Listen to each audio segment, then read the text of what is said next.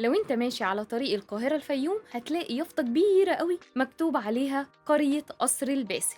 يا ترى ايه الحكاية؟ دي حكاية حمد باشا الباسل. الباشا اللي هنتكلم عنه النهاردة هو باشا مختلف جدا عن كل الباشوات اللي شفناهم في السينما المصرية وفي أفلامنا القديمة. الباشا بتاع النهاردة هو حمد باشا الباسل، اسم على مسمى. عيلته هي عيلة عربية من قبيلة الرماح اللي جت وعاشت في مصر في محافظة البحيرة، وفي نص القرن ال19 راحوا وعاشوا في قرية أبو حامد اللي كانت تبع محافظة الفيوم. اتولد حمد باشا سنة 1871 وكان والده هو عمدة قبيلته، وتكريماً لوالده بقى عمدة وهو عنده 10 سنين بس. وسنة 1907 بنى قصره قصر الباسل.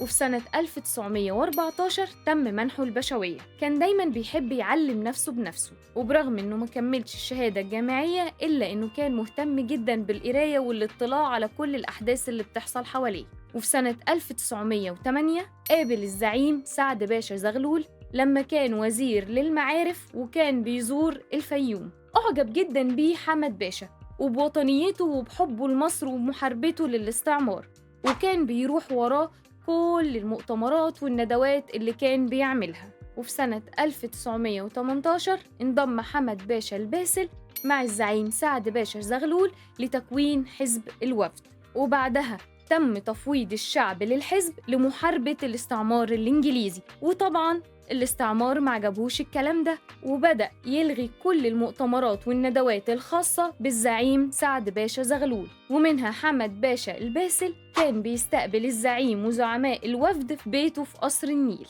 اللي كان قريب جدا من بيت الأمة بيت سعد باشا زغلول. وفي 8 مارس سنة 1919 اتقبض على سعد باشا زغلول واتقبض على حمد باشا الباسل ومجموعة من زعماء الوفد، وتم سجنهم في سجن في بورسعيد، وبعد كده اتنفوا لجزيرة مالطا.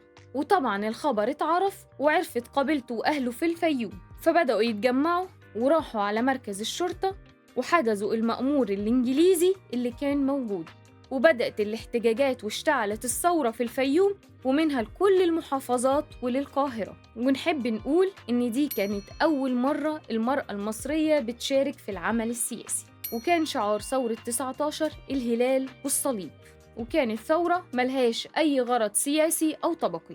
وفضل حمد باشا الباسل مهتم جدا بأمور وطنه وفي حل النزاعات في الوطن العربي لحد ما مات سنة 1940. وبكده بتكون اتسمت القرية باسم قرية قصر الباسل احتراما وتقديرا لبطل من أبطال ثورة 1919 وهو الزعيم الوطني حمد باشا الباسل.